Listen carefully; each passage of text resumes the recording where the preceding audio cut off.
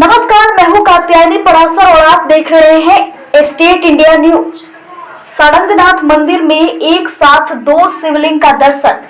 वाराणसी द्वादश ज्योतिर्लिंगों में प्रमुख 7वें श्री विश्वेश्वर ज्योतिर्लिंग यानी कि काशी विश्वनाथ स्वयं काशी में विराजते हैं और इस पावन ज्योतिर्लिंग के दर्शन पूजन मात्र से मनुष्य के सभी पापों तापों से छुटकारा मिल जाता है।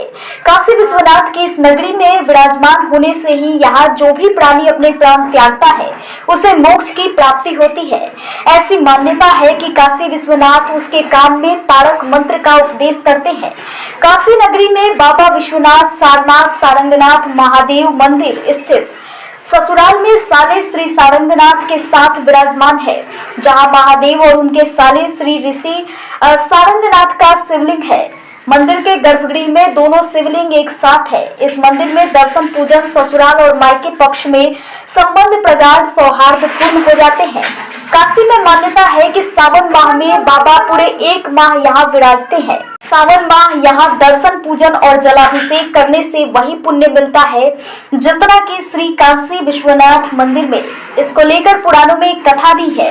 कथा के अनुसार महादेव आदि शक्ति पार्वती के साथ विवाह के बंधन यानी कि पानी ग्रहण में बंधने के बाद कैलाश पर्वत पर ही रह रहे थे। अपने पिता के घर में ही विवाहित जीवन बिताना माता पार्वती को अच्छा नहीं लग रहा था। एक दिन उन्होंने महादेव से कहा कि आप मुझे अपने घर ले चलिए, यहाँ रहना मुझे अच्छा नहीं लगता। सभी लड़कियां शादी के बाद अपने पति के घर जाती है और मुझे पिता के घर पर ही रहना पड़ रहा है।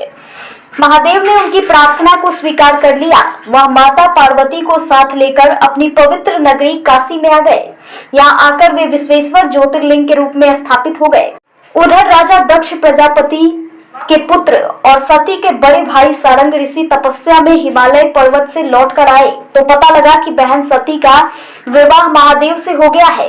इस पर उन्होंने अपनी मां से विरोध जताते हुए कहा कि सती का विवाह आपने एक ऐसे व्यक्ति से कर दिया है जिसके पास न घर है न तन पे कपड़े, मृगछाला लपेटे भूतों टोलियों के साथ वो घूमता फिरता है।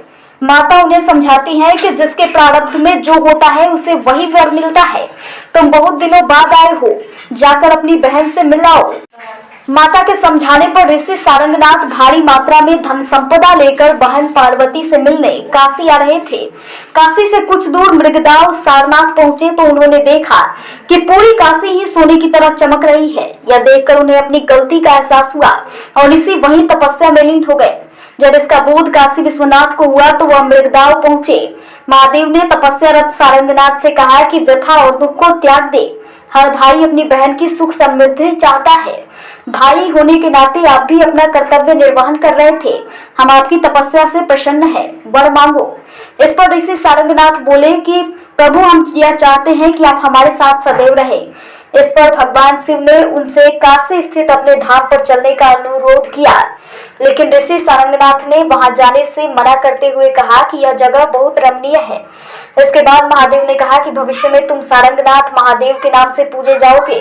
पौराणिक कथाओं के अनुसार सारंग ऋषि की भक्ति से प्रसन्न बाबा विश्वनाथ यहाँ उनके साथ सोमनाथ के रूप में विराजमान है। माना जाता है कि उत्तर भारत में सारंगनाथ महादेव मंदिर ही एक ऐसा स्थान है जहां मंदिर के गर्भगृह में 2 शिवलिंग विराजमान है, जहां भगवान शंकर और उनके साले सारंगनाथ यानी राजा दक्ष के पुत्र और सती जी के भाई, और यहाँ का नाम इस मंदिर की वजह से सारनाथ पड़ा। आगे सार है, पीछे नाथ है, इसलिए इन्हें कहते हैं सारनाथ। चारों तरफ देखा तो पूरी काशी उनको सोने की दिखाई देने लगी।